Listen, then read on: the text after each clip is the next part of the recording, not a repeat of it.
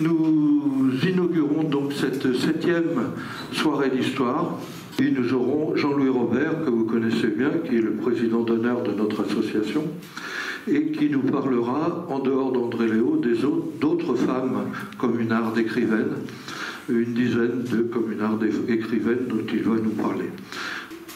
Il y a un point que je voudrais dire dans cette présentation, c'est que c'était très difficile d'être écrivaine au XIXe siècle. On va voir qu'il y a d'autres pseudonymes masculins qui étaient une façon d'éviter l'injure du pas bleu, c'est-à-dire l'idée qu'une femme ne peut pas écrire, son cerveau n'est pas configuré pour l'écriture et que donc elle n'a pas sa place dans le système. Il faut aussi rappeler les effets, alors là qui sont complexes, qui ne concernent pas seulement les femmes, ils considèrent toute la société.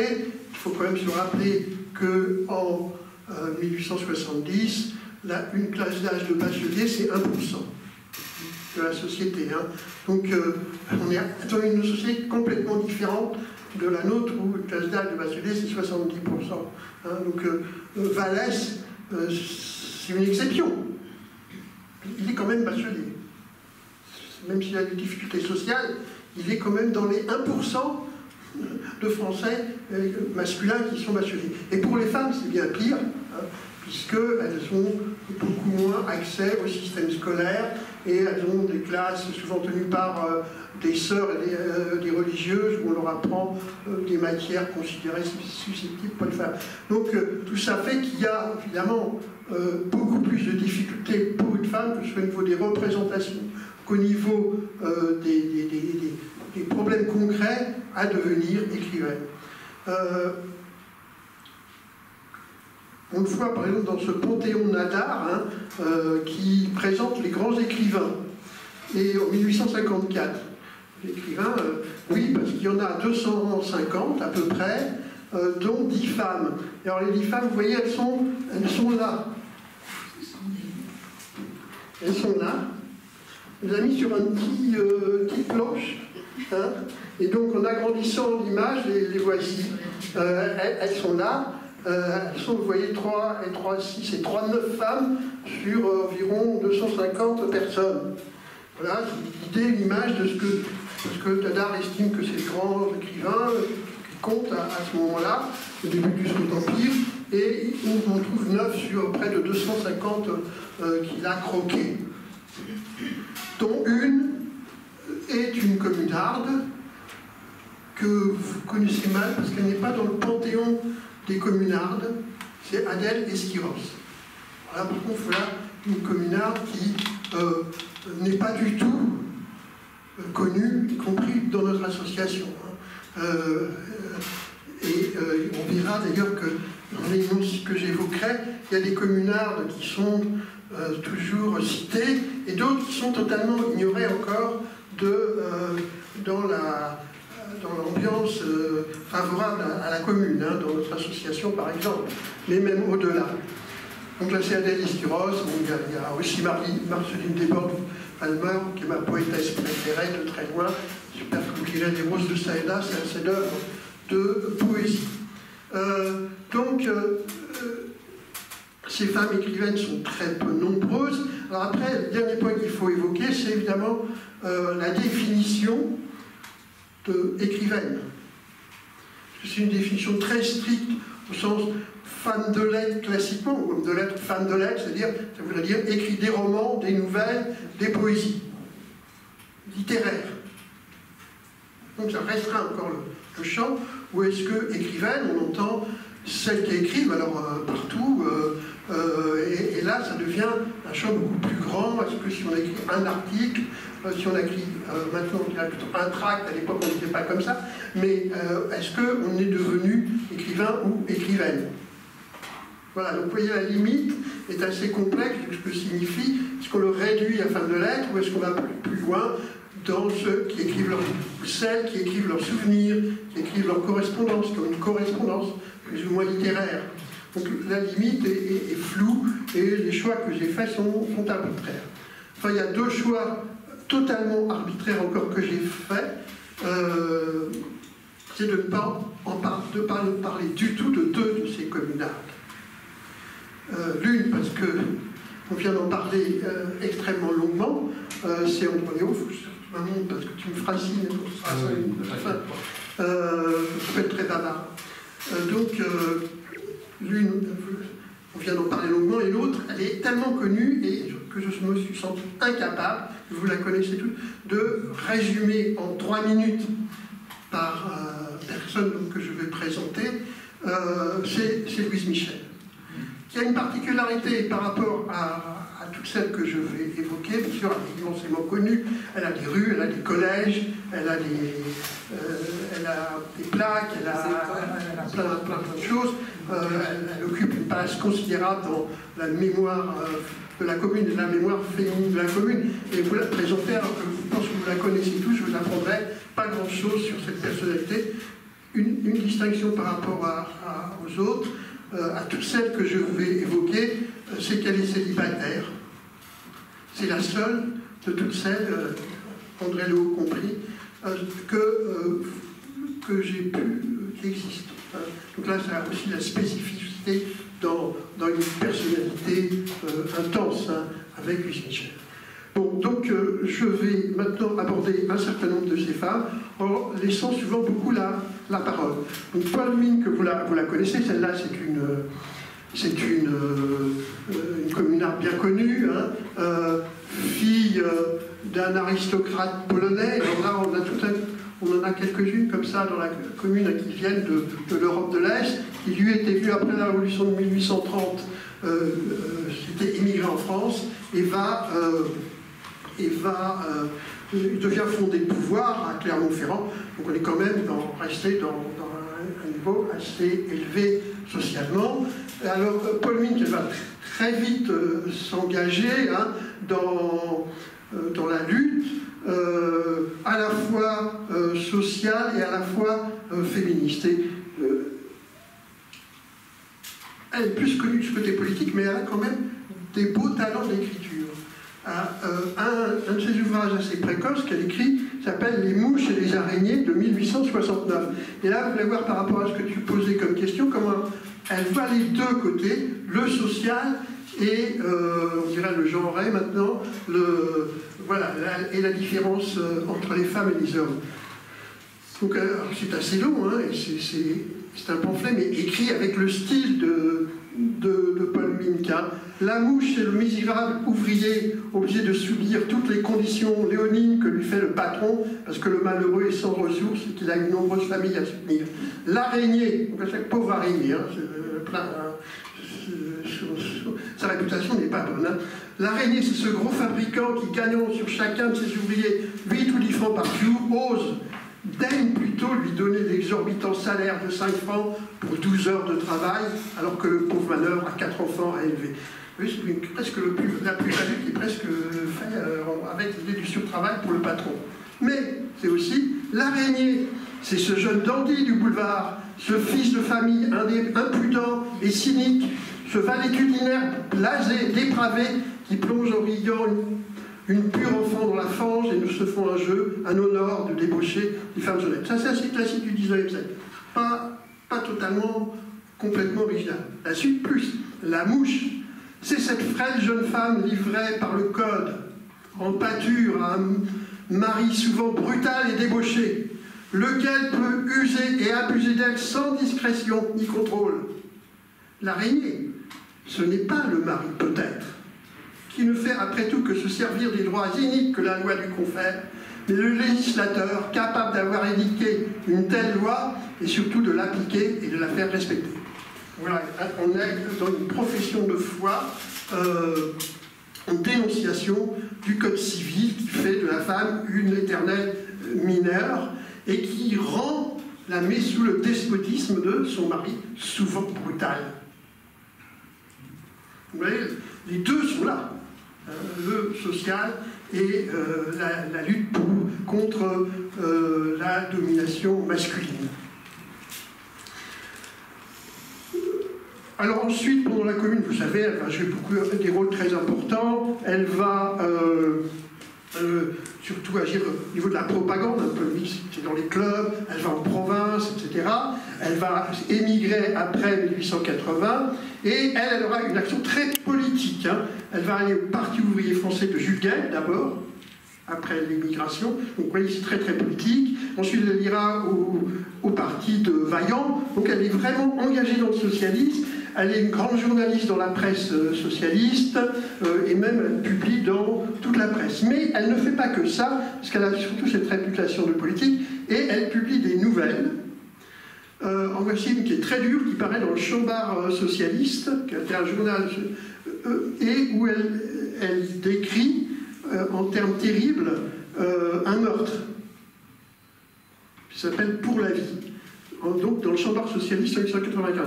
Là encore, elle fait fort, elle montre cette force hein, qu'elle a dans son écriture. Le petit jour était venu, et à sa lueur terne, on pouvait distinguer les objets et leur forme.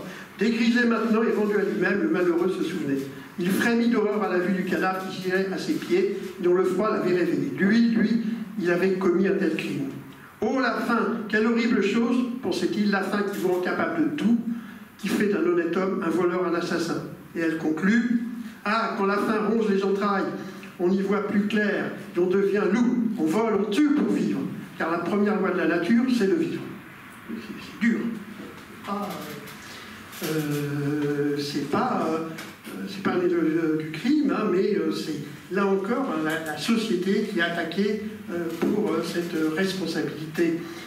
Et aussi, elle est donc autrice, pas du tout connue, de pièces de théâtre. Et ces pièces de théâtre, les voici les deux, hein, là je ne vais pas vous en lire, c'est Qui l'emportera et Le pain de la honte, en 1893. Et ces pièces, elles sont jouées au théâtre social, à la Maison du Peuple, hein, qui avait un théâtre social. Et elles ont été jouées plusieurs fois. Elles sont assez vivement critiquées par la critique qui trouve que c'est trop directement social, politique et pas assez personnalisé. Donc voilà, il y a encore beaucoup de choses, hein, par exemple sur Paul Migne, que l'on pourrait retrouver. J'imagine que ces pièces ont fait l'objet d'un dépôt légal et sont donc à la Bibliothèque nationale. Alors après Paul Migne, une autre jeune femme, c'est Anna Jacquelart, cette fois-ci, née en 1844, hein, ou 43, ça dépend des sources. Elle est née Korvin-Krouovskaya. Anna Jacquelart, elle est née en Russie, elle est vraiment une immigrée en France. Et là, malheureusement, pour parler de ses œuvres, j'aurais beaucoup de difficultés. En 1864, hein, toute jeune, elle va écrire, alors c'est l'intelligentsia, hein, elle est fille d'un général russe. C'est pas une... C'est la haute... C'est l'intelligentsia russe, là, du 19e siècle, où se recrutaient beaucoup de jeunes révolutionnaires. Et elle va écrire en 1864 2 nouvelles. Et elle envoie ces nouvelles au journal le plus célèbre littéraire de Saint-Pétersbourg à l'époque, qui s'appelle Yepoka, qui veut dire l'époque, et dont le rédacteur en chef, c'est un certain Dostoïevski. Donc c'est le grand journal littéraire de Saint-Pétersbourg à l'époque, et elle envoie d'ailleurs sous un nom masculin, qui s'appelle Yuri Orlov. Donc Yuri Orlov, voilà, et Dostoïevski, c'est formidable. Et il prend les nouvelles et il va les publier. Malheureusement, tous les textes de Jacquelart, à ma connaissance, sont en russe. Je ne lis pas le russe, mais il y aurait un travail formidable pour retrouver tous ces textes et pouvoir les traduire et les mettre à disposition du public.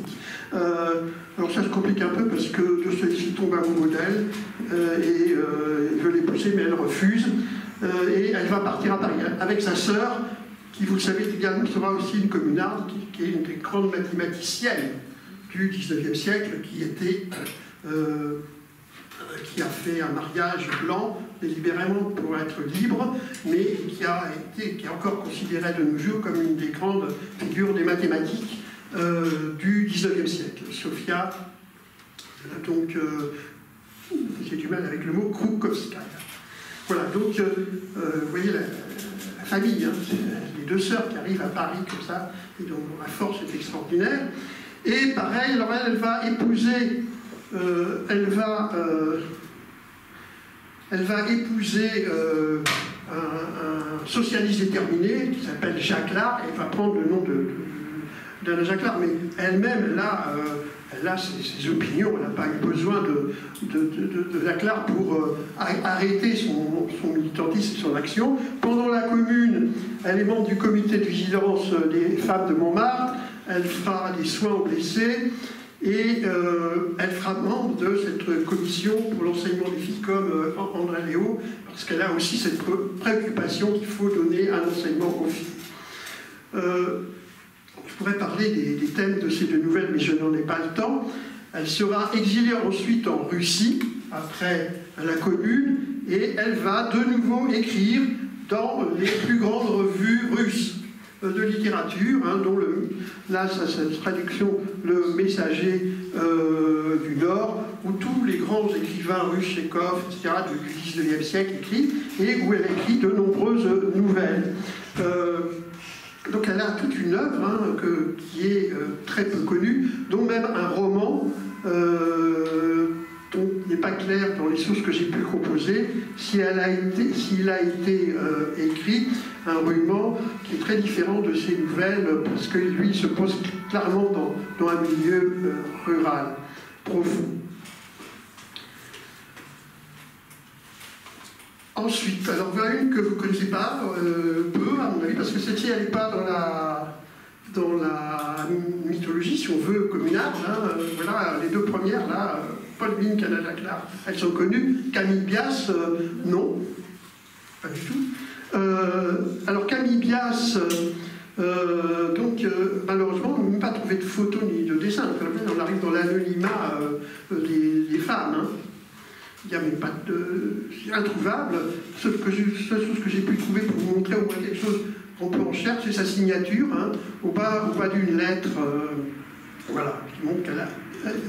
Et une écriture d'ailleurs assez favorable pour les historiennes et les historiens, ce qui ne sera pas le cas de tous. Hein.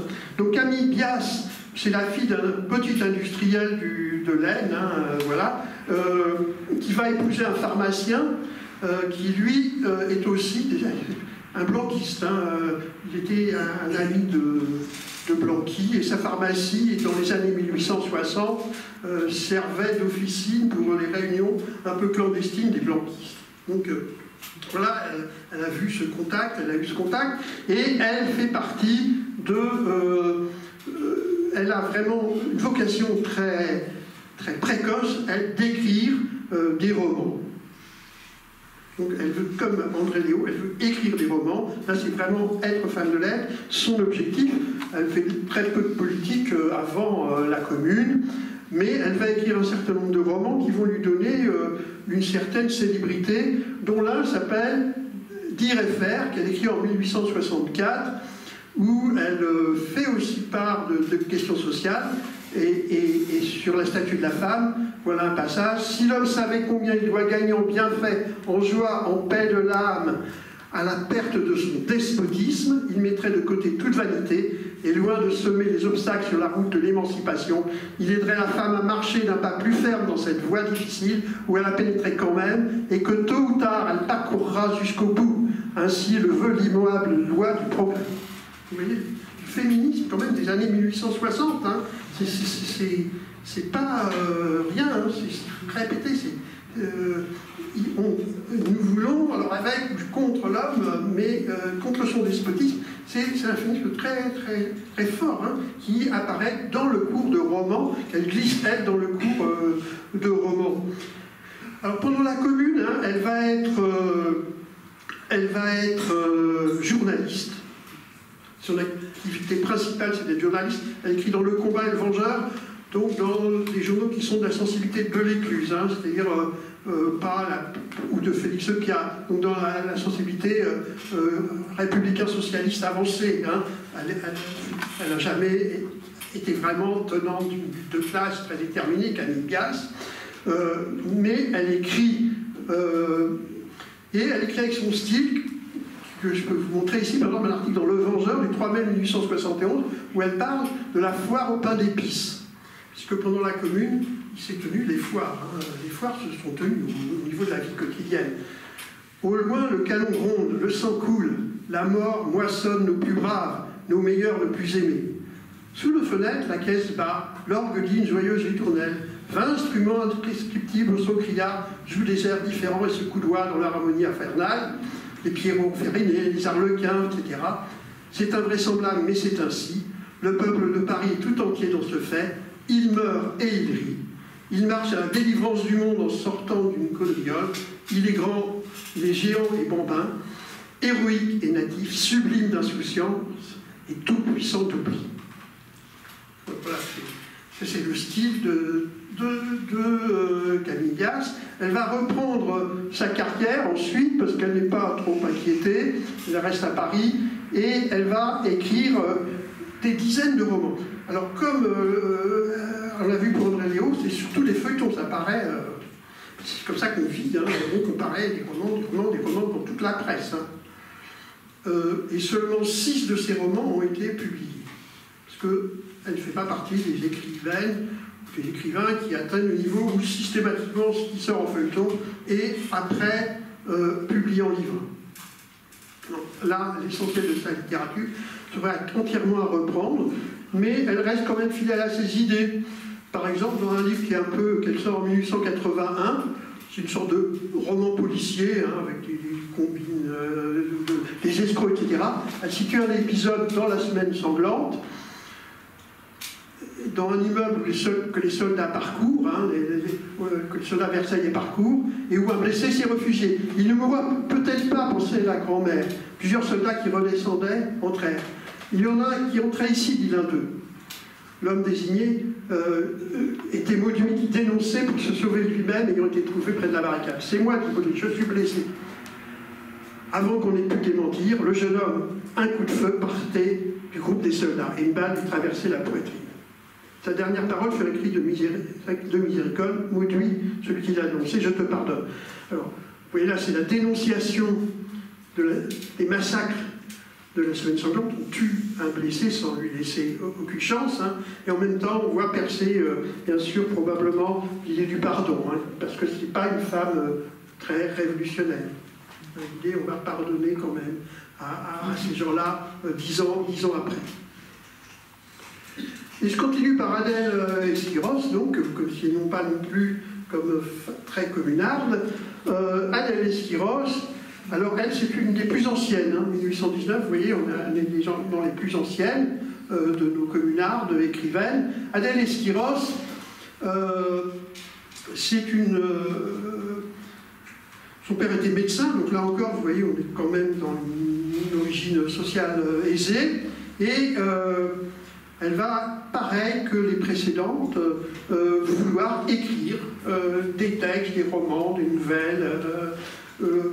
Elle va épouser un républicain socialiste avancé qui s'appelle Alphonse Esquiros, qui va être député socialiste modéré après la Commune, dans les Bouches-du-Rhône. Hein. Esquiros, c'est typiquement un nom assez méridional. Donc, elle va écrire et elle va aussi agir. Surtout, elle est effectivement pour ça qu'on en parle moins pour la Commune, parce qu'elle est surtout connue pour son action pendant la Seconde République. Hein, donc pendant la Seconde République, Adèle Esquiros va participer à un club des femmes, participer à la Société d'éducation mutuelle des femmes. Hein. Donc elle est engagée très précocement, hein, vous voyez, mais ça existe déjà aussi dans la période de la Seconde République, pour l'action des femmes, et elle va, là encore, dans un de ses romans, un peu comme la précédente, écrire des passages. Là, c'est une sous-maîtresse, c'est pas une maîtresse de bordel, hein, c'est une sous-maîtresse au sens d'une institutrice, hein, qu'on appelait sous-maîtresse, parce qu'il y avait des grades à l'époque. Donc, c'est pas ce que vous pensez, pour certaines ou certains. Et voilà ce qu'elle...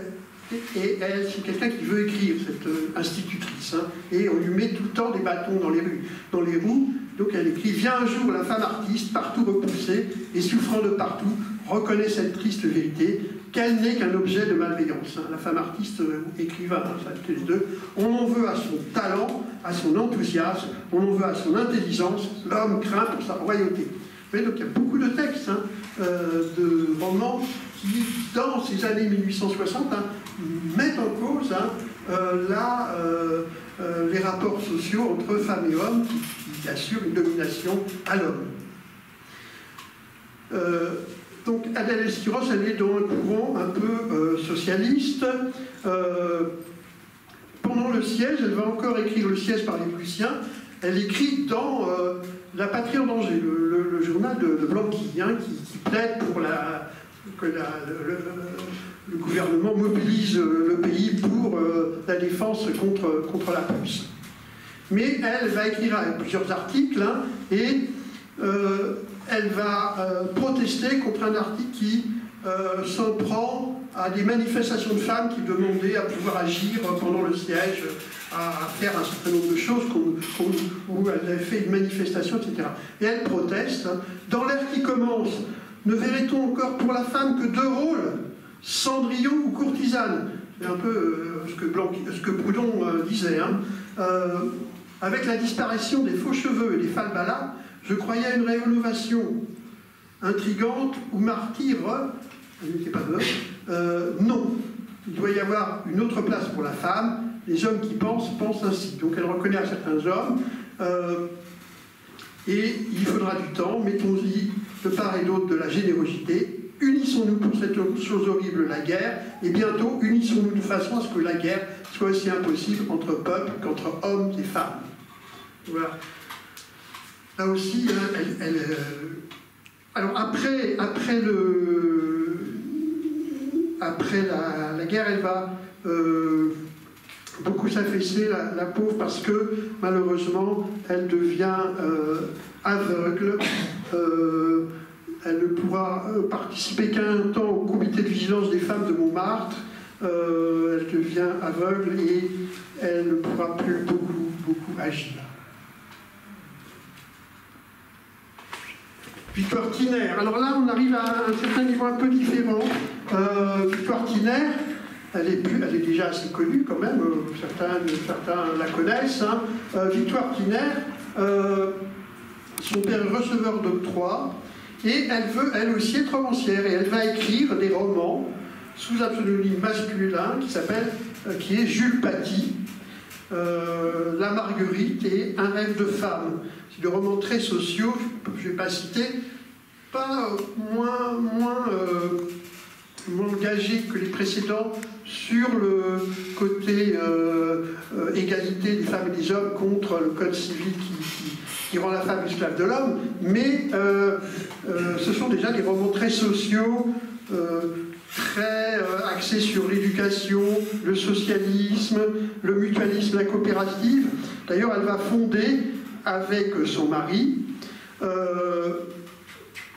une association qui s'appelle Les Équitables de Paris, avec Louise Michel aussi qui est dedans. C'est un peu l'équivalent de la Marmite, une coopérative de consommation.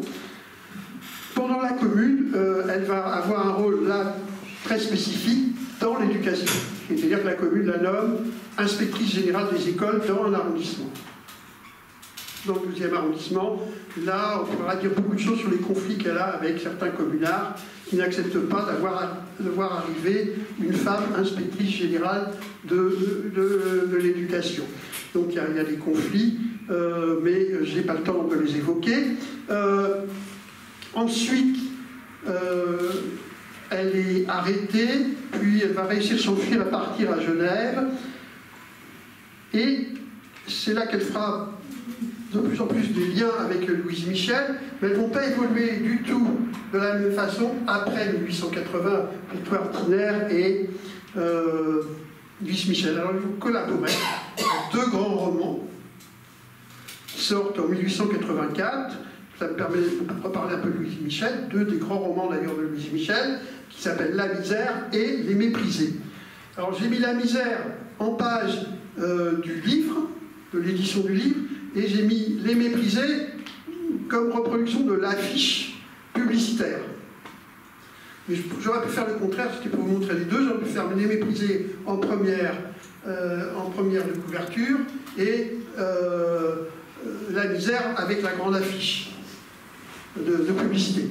Alors vous voyez là quelque chose, c'est que Louise Michel, c'est plus gros que... Alors elle ne signe pas Victoire Tiner, elle signe Jean Guétret, qui est son pseudonyme pour un certain nombre d'écritures. Comme on l'a vu, très souvent les femmes signent sous un nom masculin. Et évidemment, Jean Guétret, c'est plus petit que Louise Michel, hein, vous voyez. Et puis alors, dans l'affiche, vous voyez quasiment plus qu'il y a Jean Guétret.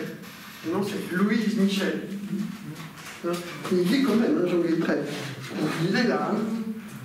Jean Guétret. Il est quand même, hein. Voilà, donc, pour l'affiche publicitaire, c'est Louise Michel, hein, l'auteur, hein, l'autrice plutôt. Et donc, c'est moins visible quand même dans le titre du livre. Ça a créé certaines tensions entre les deux. Hein. Voilà. C'est pas simple d'être derrière la glorieuse personne. Et puis, il y a aussi eu des conflits parce que Victoire Tiner, elle ne va pas du tout évoluer comme Louise Michel, qui, vous savez, va évoluer vers un anarchisme radical. On verra une autre qui évolue comme Louise Michel. Elle n'évolue pas du tout vers ça. Elle évolue au contraire vers des formes beaucoup plus modérées. Elle se rallie à ce qu'on appelle le positivisme, à l'école positiviste. Donc elle est un membre éminent, une membre éminente, et elle sera d'ailleurs directeur du ministère de Guise, hein, directrice scolaire du ministère de Guise, où beaucoup de positivistes se retrouvaient. Et là, je vous ai montré une assemblée des positivistes en 1891, où elle est dans la salle. Elle devient...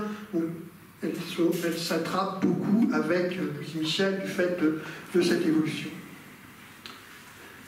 Alors maintenant, on va être de plus en plus éloigné de celles qui ont écrit vraiment des romans, des nouvelles, etc., pour arriver à une catégorie de gens, de femmes qui écrivent plus des correspondances, des souvenirs, des mémoires, voilà, et qui n'en sont pas moins, mais pas que. Alors Victorine Brochet, là aussi, par contre, elle est dans celle qui est hyper connue pour les membres des Amis de la Commune. Voilà. Hein, elle est très, très connue par rapport à d'autres. C'est à cause d'une œuvre tout à fait remarquable. Et on est déjà alors, tout de suite dans un milieu social qui commence à changer. Voilà. Donc là, on rentre dans un milieu social différent. Et son père est un ouvrier potier, sa mère est une lingère. Pardon. Donc on est dans un milieu social totalement différent de quasiment toutes celles que j'ai évoquées avant. Il n'y a pas l'écriture qui a été dans l'éducation, dans toutes ces choses-là, c'est différent. Même si ce sont des femmes qui vont apprendre, travailler et réussir à écrire. D'ailleurs, il y a peu de choses à dire. On ne connaît pas grand-chose, il n'y a pas d'écrit, il n'y a pas de texte, on sait simplement qu'elle était lingère, elle aussi, puis après elle participe à une coopérative de boulangerie, mais on ne connaît pas énormément de choses sur Victorine. Par contre, effectivement, elle va devenir, et elle le racontera, pendant la commune, une cantinière d'un bataillon des plus célèbres de la commune, les défenseurs de la République, qu'on appelait aussi parfois les turcos de la commune. C'est le souvenir de ces 2 mois qu'elle a passé avec un bataillon très ferme, de communards très combatifs, qui vont être l'objet de son travail. C'est un travail qui est très passionnant parce qu'il est... il rentre beaucoup dans des descriptions qui sont parfaitement crédibles et très bien écrites. Voilà par exemple le passage, justement, je me suis amusé à prendre celui où elle décrit les costumes. Les défenseurs de la République avaient des tuniques bleu clair, un pantalon large de même couleur avec moltière, mais le souci du détail, comme ça, qui est le fait du littéraire, de l'écrivain. Quand vous commencez rentrer dans d'écrire, hein, mais moins larges que ceux des Zouaves. Les officiers avaient des tuniques avec revers à la Robespierre, sabre au côté, équipe rouge avec galons de raie, 3 ou 4 ou 5 selon le grade. Le costume ne manquait pas d'élégance, il était pratique. Moi, j'avais le costume de drap fin bleu clair, jupe courte à mi-jambe, car on ne peut aller au combat avec des jupes longues, c'est absolument impossible. On ne pourrait pas se mouvoir. Corsage ajusté avec revers à la République, à la Robespierre, un chapeau mou tyrolien, une écharpe rouge dans le soir, avec franges dorées au sautoir, c'est pas le cas de la représentation que j'ai trouvée, un brassard de la Convention des ambulances. Donc voilà, les descriptions hein, de ce qu'elle a écrit sont vraiment un outil et en même temps remarquable par la qualité de la description littéraire de ça. Politiquement, après la Commune, elle va aussi se réfugier à Genève, comme beaucoup, hein, et là, elle va rencontrer un homme qui va l'influencer. Alors, à la différence d'André Léo, c'est pas Bakounine qu'elle va rencontrer, c'est Kropotkin. Et là, elle va adorer Kropotkin. Donc, elle est aussi un peu l'héritier de Bakounine par certains côtés. Et elle va adorer Kropotkin. Et là, elle va rester anarchiste décidée jusqu'à la fin de ses jours. Hein. Victorine Brochet, mais c'est fondamentalement, alors là, une vraie militante anarchiste. Elle est au Congrès international anarchiste de 1881. Elle est au congrès, à d'autres congrès. En 1883, elle est avec Louise Michel pour faire un sac de boulangerie pour la récupération. Hein, vous savez, comme je disais, on va voler, on a le droit de voler et récupérer pour donner aux pauvres quand il y a la vie chère. Voilà, elle est avec Louise Michel. Et encore en 1919, parce qu'elle meurt assez tard, elle est écrite dans la Libre Fédération de Genève, qui est un journal pacifiste anarchiste de Genève. Hein. Donc, vous voyez, c'est une militante très active qui a laissé, peu de temps avant sa mort, hein, ce grand texte. Mais pas seulement. Alors ça, vous le trouvez si vous acceptez de ne pas chercher que Victorine Brochet, mais si vous tapez Brochet, c'est son deuxième mariage. Alors ces femmes, elles ont 3 noms, hein, 2, 3 noms en fonction des mariages qu'elles ont. Alors j'ai pas eu le temps du tout de traiter leur situation en état civil, c'est trop long. Donc Victorine Brochet, elle est née Malenfant, elle s'est mariée avec un Rouchy, puis elle s'est remariée avec un Brochet, et c'est avec ce nom de Victorine Brochet qu'elle signe en 1909 son dernier texte. Mais si vous voulez trouver des choses de Victorine Brochet, il ne faut pas chercher seulement à Victorine Brochet, il faut chercher à Victorine Rouchy et à Victorine Malenfant. Donc vous loupez. Et donc là, vous trouvez que, eh ben, en 1872, elle écrit des textes, 1872, bien avant ça, avec la musique de Ferdinand Révillon, un communard, c'était le directif des douanes de la commune, hein, Ferdinand Révillon. Elle écrit un texte qui s'appelle « Le chant de l'avenir », qu'elle avait retrouvé d'ailleurs par Robert Brécy, auteur d'un grand livre sur les chansons de la commune. Hein. Mais évidemment, quand on voit Victorine Rouchy, on ne pense pas que c'est Brochet au départ. Mais enfin, voilà, donc c'est un très beau texte hein, qui montre aussi ses qualités, qui n'étaient pas seulement celle d'une femme qui a écrit ses souvenirs de la commune. Voilà, Paris, ville héroïque, âme de ma patrie. Pour t'avoir trop aimé, au loin il me faut fuir, elle va émigrer. Après l'assassinat, les lâches t'ont flétri. France, j'espère en toi pour venger son martyr. Reviens, chère commune, reviens avec ta voix féconde, fais germer de ton sein tes francs libérateurs, tes bienfaits mieux connus, rendront à tout le monde ton triomphe éclatant et gloire aux travailleurs. Voilà, donc vous voyez, elle écrit le texte d'une chanson militante, hein, au même moment où, à peu près au même moment où Potier écrit les paroles de l'Internationale. Donc voilà, ça, il y a peut-être encore d'autres textes de Victorine à trouver. Dans les femmes qui écrivent, mais pas effectivement dans les livres, c'est Alix Pagan, très utilisée par les historiennes et les historiens. Hein, alors Alix Pagan elle fait partie d'une famille très célèbre qui a publié toute une série de ses documents en 1911 dans les cahiers de la quinzaine de Peggy. Et Peggy a publié toute sa correspondance en plus de cette famille sur 20 ans. Alors cette famille, elle avait une particularité, donc elle naît dans un milieu social, Alix, elle naît dans un milieu fourriériste. Vous savez que Fourier, à la différence de l'extrême opposé de Proudhon, Fourier était un socialiste très égalitaire, hein, qui voulait dans ses phalanstères que les femmes et les hommes aient exactement le même rôle. C'était peut-être, moi, Fourier, c'est le socialiste que je préfère du XIXe siècle. De très loin, j'aime beaucoup sa façon d'écrire. On s'appelle, je ne sais plus comment il dit, Jean est bien libre d'aller à l'opéra. Voilà, nous sommes libres. Mais il lui manque un écu pour y rentrer. Voilà, tout est dit sur les limites de la liberté en régime capitaliste. On est libre, mais non, pas vraiment. Bon, ça, c'est du Fourier, c'est un certain style. Hein. Bon, je passe sur Fourier, mais comme j'aime bien, je vais cacher ça. Alix Payen, donc, elle est une... Donc, ce qui est très passionnant, là, on a une correspondance privée, quelqu'un qui écrit à sa famille, à sa mère, comme on le faisait au XVIIe ou au XVIIIe siècle, hein, souvent dans certains milieux, et dont ça a donné d'ailleurs des publications de grandes écrivaines du XVIIe siècle, hein, que vous connaissez, bien sûr, et elle écrit donc des correspondances dans ce milieu. Alors elle épouse d'ailleurs un bijoutier, un petit artisan bijoutier, assez modeste, qui s'appelle Payen, voilà le genre de lettre. Là c'est bénin, mais il y a déjà quelque chose qui montre une ambiance. Hein.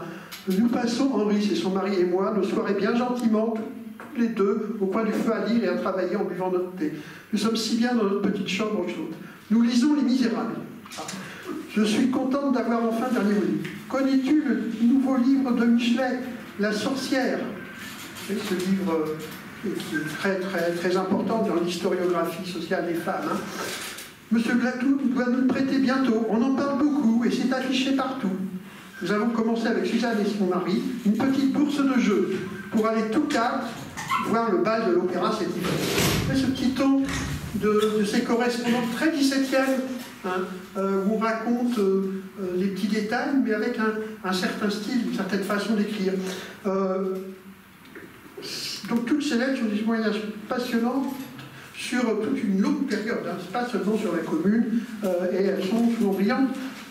Elles ont été, pendant la commune, qu'est-ce qu'elle fait Alix, son mari est capitaine dans un bataillon de la garde nationale, et elle, alors elle n'est pas infirmière, elle va être, pardon, elle n'est pas cantinière, elle va être infirmière. C'est-à-dire qu'elle va être l'infirmière du bataillon, donc elle va aller vraiment au bord des combats, hein, ce qui fait qu'on a souvent des descriptions absolument passionnantes. Et alors elle parle des combats, il y a des bruits abominables, tout à coup, au milieu de ce calme, parce que les combats viennent de s'arrêter, tout à coup, au milieu de ce calme, un rossignol s'est mis à chanter. Voilà. Donc, déjà, on rentre dans un témoignage mais qui rentre dans ce qu'on pourrait appeler, à la fin un témoignage, mais aussi une lettre qui a un sens littéraire. Donc, ce sont des textes qui sont très intéressants, qui ont été republiés d'ailleurs par Michel Audin sous un titre qui est un extrait de ses lettres. C'est la nuit surtout que le combat devient furieux. Donc on a toute une correspondance. Après la commune, elle va un peu vivoter, comme son mari meurt, hein, c'est dramatique, son mari meurt à la fin des combats. Elle se retrouve célibataire. Elle va vivoter et là aussi, elle va finir une grande partie de sa vie dans un phalanstère, hein, puisqu'elle est... et on a dans ce phalanstère, dans les archives de ce phalanstère, le journal, parce qu'elle a tenu au journal au jour le jour de la vie dans ce phalanstère. Mais ce journal n'a pas été publié, c'est très intéressant peut-être de s'y plonger. Elle fait peu de politique, hein, à part cette participation phalanstère, mais on la retrouve encore. Alors là, hein, de nouveau, c'est plus Alix Poisson parce qu'elle s'est remariée et donc maintenant elle s'appelle Poisson. Il faut aller chercher Alix Millet, Alix Payen et Alix Poisson pour trouver tout ce qu'elle a pu écrire. Hein? Donc voilà, elle écrit, alors on la découvre quand même, assez proche de la fin de sa vie, en défendant avec d'autres Dreyfus. Parce qu'elle réclame, hein, il est honteux que nous soyons obligés de réclamer comme une faveur, une mesure absolument légale et d'ailleurs commandée par la parlementaire et humanité, c'est-à-dire l'autorisation pour Madame Dreyfus d'aller rejoindre son mari dans son exil. Voilà. Donc elle intervient encore, mais peu. Alors encore une qui n'est pas très connue, pas connue du tout, à mon avis, de la sphère communarde militante contemporaine, c'est Élisca Vincent. Donc Élisca Vincent, alors là encore, hein, vous voyez, c'est origine modeste, fille d'un maréchal Ferrand.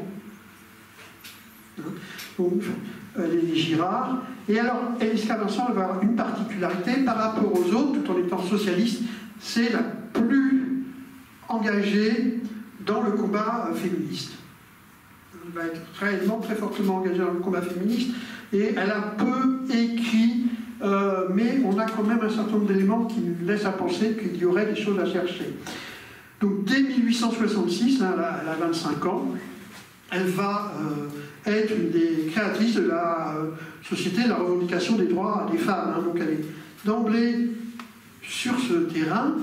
Pendant la Commune, bon, là, à l'époque, on ne la connaît pas d'engagement vraiment socialiste, hein, c'est vraiment le droit des femmes qui l'intéresse. Pendant la Commune, cependant, elle va s'engager. Elle va être nommée par la Commune directrice d'une maison de secours qui était tenue par des bonnes sœurs, pardonnez-moi du mot, si vous gêne, par des sœurs, si vous voulez. Et ces sœurs, vous savez, la Commune les met un peu à la porte, hein, même parfois beaucoup, de leurs institutions. Et elle est nommée directrice d'une maison de secours dont elle fait aussi une ambulance pour les communardes. Hein. Et Marguerite Durand, tiens, Marguerite Durand, pour ceux qui font l'histoire des femmes, c'est un nom sacré, puisque c'est le nom de la bibliothèque Marguerite Durand, rue de Tolbiac, en face de la fac où j'étais pendant des années. Vous envoyez mes étudiantes faire des travaux. C'est la grande bibliothèque féministe de Paris, rue de Tolbiac, qui est là et dont Marguerite Durand a été une des fondatrices. Donc là, ça nous éclaire déjà sur un certain lien sur lequel je reviendrai très vite après. Donc voilà, Marguerite Durand, elle était directrice de la maison de secours de la rue Saint-Maur. Malheureusement, maintenant, là, on peut rien voir.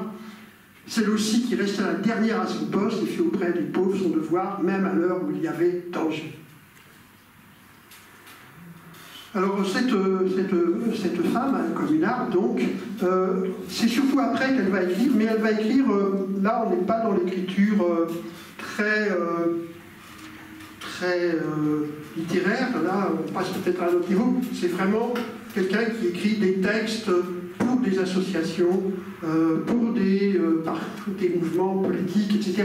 Alors elle est socialiste, hein, puisqu'elle va appartenir à un groupe qui s'appelle l'Égalité d'Asnières, dont on voit qu'il est régulièrement représenté à des congrès socialistes, mais aussi elle est franc-maçonne, comme d'autres communardes, hein, que je n'ai pas eu le temps d'évoquer, mais elle est franc-maçonne. Elle sera en 1893 dans les toutes premières membres de la première loge mixte de la franc-maçonnerie, hein, le droit humain.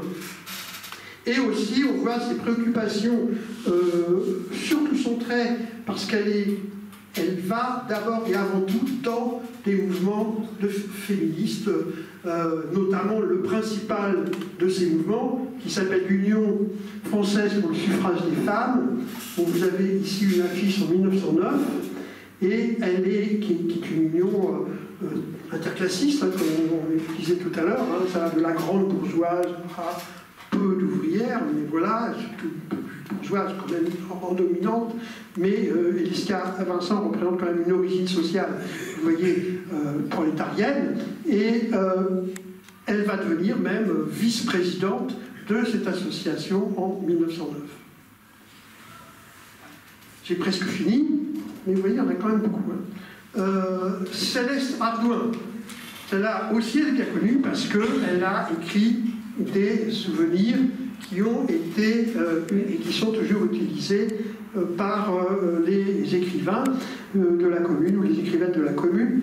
Et là, on a un dessin d'elle qui a été réalisé pendant un congrès en 1876, un congrès socialiste, un congrès ouvrier auquel elle a assisté. Alors elle, c'est original au niveau de l'origine sociale, c'est la fille d'un cultivateur. On ne sait pas du tout si c'est un cultivateur modeste ou un cultivateur plus élevé. Et elle est institutrice à Paris. On connaît très peu de choses de Céleste Ardouin avant la Commune. Elle fait partie de celles qui, justement, ne sont pas engagées beaucoup. Par contre, pendant la Commune, elle va être active, plus ou moins, dans les clubs. Et on a des comptes rendus de son procès. Alors là, ça pourrait être l'objet d'une discussion, parce qu'on a un procès où elle est accusée donc d'avoir fait des déclarations incendiaires, parce que dans un club, dans une église, d'avoir donc empêché le culte, etc., etc. Et ça se conclut par la fin du procès, mais c'est vrai, hein. On lui demande si le président lui demande, Madame, si le tribunal vous acquittait, promettez-vous de vous tenir désormais tranquille et de ne plus fréquenter les clubs? Réponse, oui, Monsieur le Président, c'est pas Louise Michel. Louise Michel, quand on lui demande ça, oui, je revendique tout ce que j'ai fait. Oui, Monsieur le Président, après une courte délibération, le Conseil prononce l'acquittement de Madame Ardouin. Je n'ai pas pu faire la mythologie que tout le monde est héroïque. Pas le peut-être de l'histoire. L'histoire, comme source, c'est très douteux. C'est-à-dire que quand on lit les comptes rendus des conseils de guerre, ils minimisent tous ce qu'ils ont fait. Ça ne veut pas dire qu'ils n'ont pas fait. Parce que l'accusé minimise dans toutes circonstances, sauf exception, Louise Michel, pour arriver à ce genre de choses. Alors après, elle ne va d'ailleurs pas beaucoup militer, hein, elle va avoir des conflits avec Louise Michel, hein, elle ne s'entend pas avec elle. Elle va participer à des congrès ouvriers, je l'ai dit tout à l'heure, en 1876, en 1878, en 1880. Et elle est barberettiste, c'est-à-dire elle est dans l'aile, je dirais, collaboration de classe, clairement, pas seulement réformiste, même clairement, il faut que les classes sociales s'entendent pour construire un avenir qui pourrait être favorable aux travailleurs. Hein. Donc elle s'attrape beaucoup avec Louise Michel, on a des débats, et elle termine comme directrice d'école primaire. Mais cependant, hein, dans les dernières lignes dans ce livre qui va être ensuite réédité plusieurs fois, La détenue de Versailles, puisqu'elle a fait 2-3 mois de prison à Versailles avant d'être acquittée, et elle écrit ses souvenirs, il y a quand même la révolutionnaire qui affleure. Hein. Alors c'est le Parlement, hein, là elle s'adresse au Parlement. Hein. Le Parlement songera que tout. Les travailleurs attendent de lui avec une légitime impatience les réformes sociales que n'aurait pu jamais leur donner nulle monarchie, sans mentir à son principe et sans péril pour elle-même. Elle s'adresse à des parlementaires censés être républicains. Il barrera la route à quiconque tenterait un retour impossible vers le passé.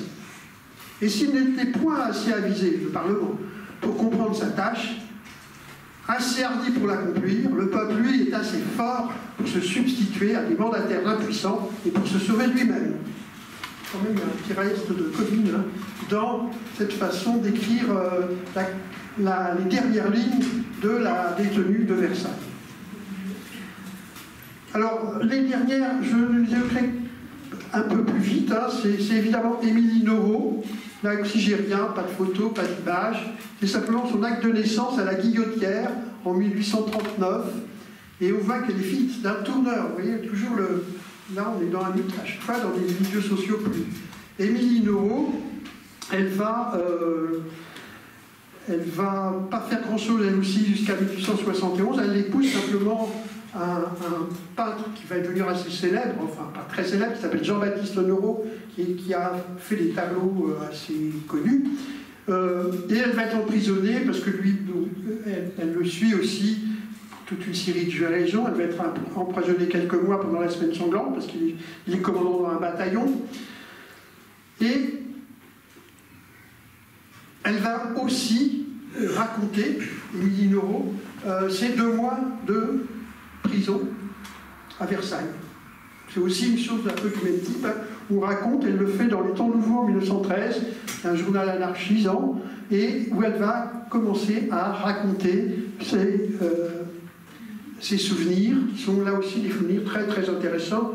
Vous pouvez les retrouver sur le site de Michel Audin, et aussi ils ont été republiés. Alors il y en a d'autres sur lesquels je passe plus vite, parce que là on est quasiment plus, on arrive à la fin. Oui, il n'y a plus que 2 minutes. On arrive à la fin. Là, je pense qu'on est à la limite. Hein, Léonie Manière. Est-ce que écrire un projet d'atelier école pendant la commune, c'est très intéressant, mais est-ce que c'est vraiment un travail d'écrivain? C'est un texte très remarquable. Et ensuite, après, vous voyez toutes les responsabilités qu'elle a eues après la commune, hein, secrétaire du comité central socialiste de secours aux amnistiés au moment du retour des communards, secrétaire d'une coopérative, secrétaire de la Société pour l'instruction professionnelle des femmes, etc. etc. Un grand ensemble de responsabilités. Bon, Maria Verdure, connue bien sûr par le communard Verdure, membre de la commune, elle a agi davantage pendant la commune, mais à part ça, on n'a pas grand-chose sur elle. Hein.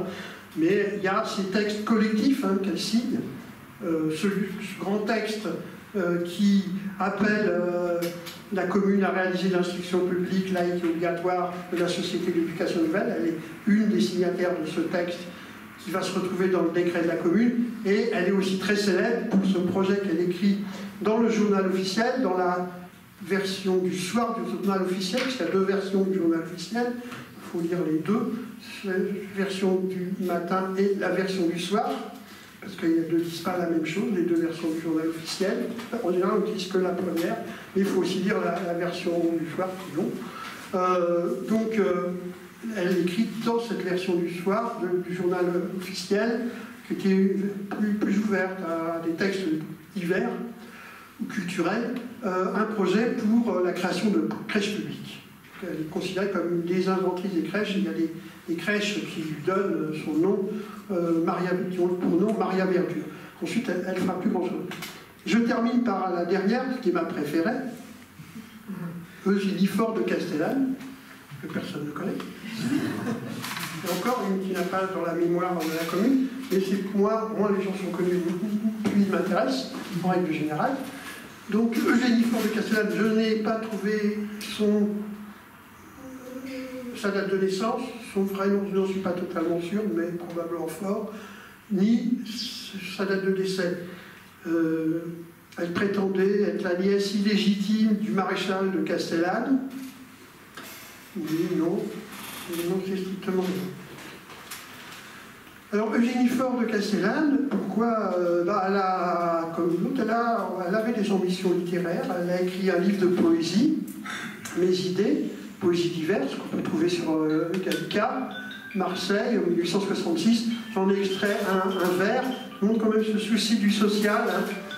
Dumas, dans tes romans, tu oublias l'histoire de tous les malheureux par l'ennemi frappé. Tous ont droit au récit, tous ont une mémoire. À nous, cœur généreux, de ne pas oublier. N'oubliez pas, dans l'histoire ni dans la mémoire, les malheureux, les victimes. C'est prémonitoire de cette action ensuite, après la commune, il faudra faire.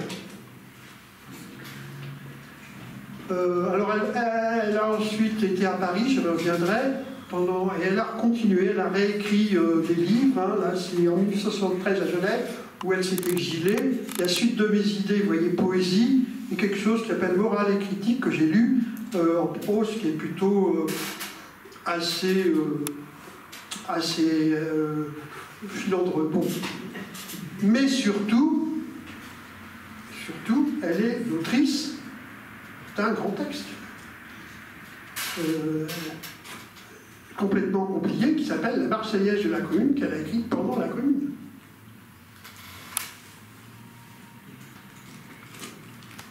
drapeau, rallions-nous, sous nos pas, brisons les entraves, 89, réveillez-vous, 89, rayez-vous, frappons du dernier anathème, ceux qui par un stupide orgueil ont ouvert le sombre cercueil de nos frères morts sans emblème. Chantons la liberté, défendons la cité, marchons, marchons, sans souverain, le peuple aura du pain. Voilà. Cette partenaire de la commune, voilà, elle est totalement inconnue. Elle est déposée dans une bibliothèque à Genève. Elle mériterait aussi d'être redécouverte. Voilà, j'ai terminé cette promenade parmi toutes ces femmes absolument remarquables qui méritent un hommage de notre part. Merci.